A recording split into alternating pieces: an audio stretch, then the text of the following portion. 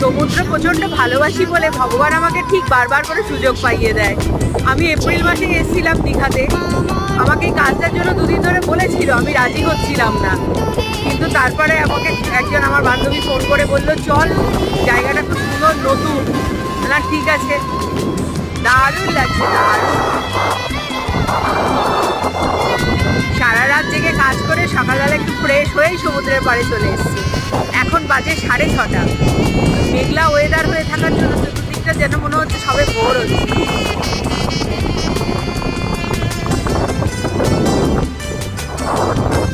এই সি বিচটার নাম হচ্ছে সম্পূর্ণা সি বিচ, নতুন হয়েছে, খুব বেশি লোক বসতি নেই, দু একটা রিসোর্ট হয়েছে, দারুণ লাগছে।